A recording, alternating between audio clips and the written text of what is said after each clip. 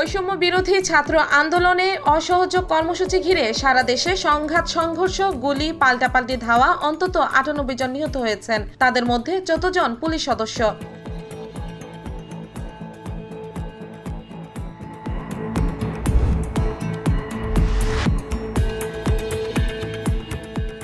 প্রধানমন্ত্রী শেখ হাসিনা কঠোর হাতে নৈরাজ্যবাদীদের দমন করতে আজ দেশের জনগণের প্রতি আহ্বান জানিয়েছেন। প্রধানমন্ত্রীর সহকারী প্রেস সচিব এবিএম সরওয়ারি আলম সরকার জানান, প্রধানমন্ত্রী বলেছেন, যারা এখন সহিংসতা চালাচ্ছে তাদের কেউই ছাত্র নয়, তারা সন্ত্রাসী।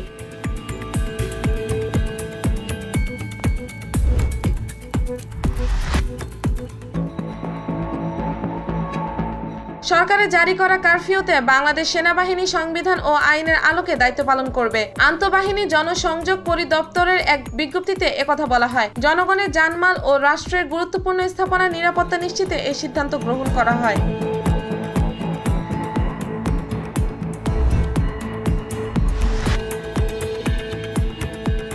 আওয়ামী লীগ দেশে একটি গৃহযুদ্ধ তৈরি করতে চায় বলে মন্তব্য করেছেন বৈষম্য বিরোধী ছাত্র আন্দোলনের সমন্বয়ক নাহিদ ইসলাম। তিনি বলেছেন, আমাদের উদ্দেশ্য, লক্ষ্য ও গন্তব্য পরিষ্কার, বিজয় এবং একমাত্র বিজয় আমাদের লক্ষ্য।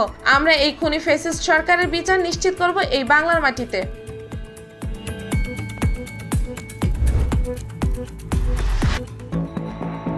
বাম গণতান্ত্রিক জোট, ফ্যাসিবাদ বিরোধী বাম মোর্চা ও বাংলাদেশ জাসদের নেতারা বলেছেন, সরকার পদত্যাগ করতে যতই বিলম্ব করছে, প্রাণহানি সহ জানমালের ক্ষয়ক্ষতি ততই বাড়ছে। এখন শেখ হাসিনা সরকারকে পদত্যাগ করে অন্তর্বর্তীকালীন সরকারের কাছে ক্ষমা হস্তান্তরের জোর দাবি জানিয়েছেন তারা।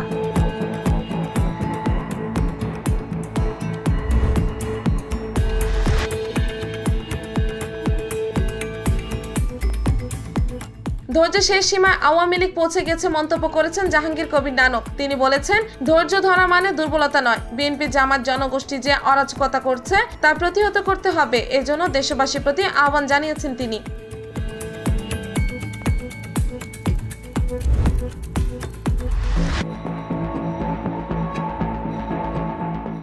আওয়ামী লীগ ঘোষণা দিয়ে সারা দেশে পরিকল্পিতভাবে সশস্ত্র নেতাকর্মীদের জড়ো করে ছাত্র জনতার উপর লেলিয়ে দিয়েছে বলে অভিযোগ করেছেন বিএনপির মহাসচিব মির্জা ফখরুল ইসলাম আলমগীর। চলমান আন্দোলনে ছাত্র জনতার হত্যাকারীদের বিচার অবশ্যই বাংলা মাটিতে হবে।